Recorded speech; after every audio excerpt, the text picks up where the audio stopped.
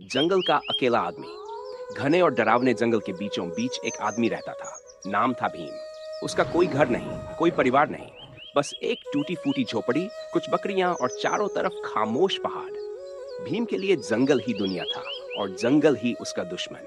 हर सुबह वह अपनी बकरियों को चराने ले जाता, लेकिन उसके कदम हमेशा डर के साए में रहते, क्योंकि इस जंगल में भेड़ियों के झुंड और घात लगाकर बैठने वाले शेर रहते थे।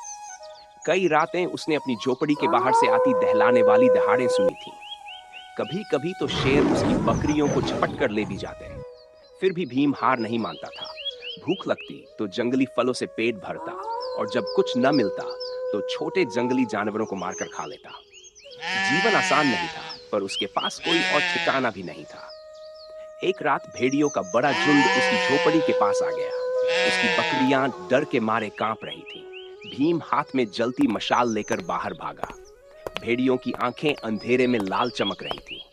भीम जानता था कि अगर वह पीछे हटा तो आज रात सब खत्म हो जाएगा। वह दहाड़ते हुए भेड़ियों की तरफ दौड़ा और उन्हें भगाने में कामयाब हो गया। लेकिन इस लड़ाई में उसे गहरी चोटें आईं।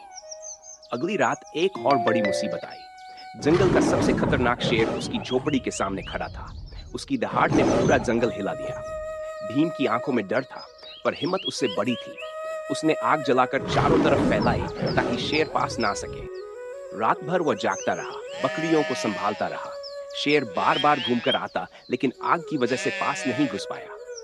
सुबह होते ही शेर चला गया, मगर भीम की आंखों में नींद नहीं थी। सिर्फ थकान, डर और संघर्ष था। दिन बीते गए। भीम हर दिन प्रकृति से लड़ता, जानवरों से भिड़ता और अपनी बकरियों को बचाने में जान लगा देता। कभी उसे लगता कि वह हार जाएगा, लेकिन उसकी इच्छा शक्ति उसे हर बार खड़ा कर देती। एक शाम वह बैठा आसमान में सूरज ढलते देख रहा था। जंगल की ठंडी हवा उसके घावों को छू रही थी, और वह बकरियों को गोद में लिए बस एक ही बात सोच रहा था। मैं अकेला हूं, लेकिन मैं टूटा नहीं हूं। ये जंगल मुझे जितना भी परखे, मैं जीना नहीं छोड़ूंगा। और इसी संघर्ष में उसकी जिंदगी गुजरती रही, दर्द, लड़ाई और हिम्मत के सहारे। जंगल के बीच एक अकेले आदमी की कहानी।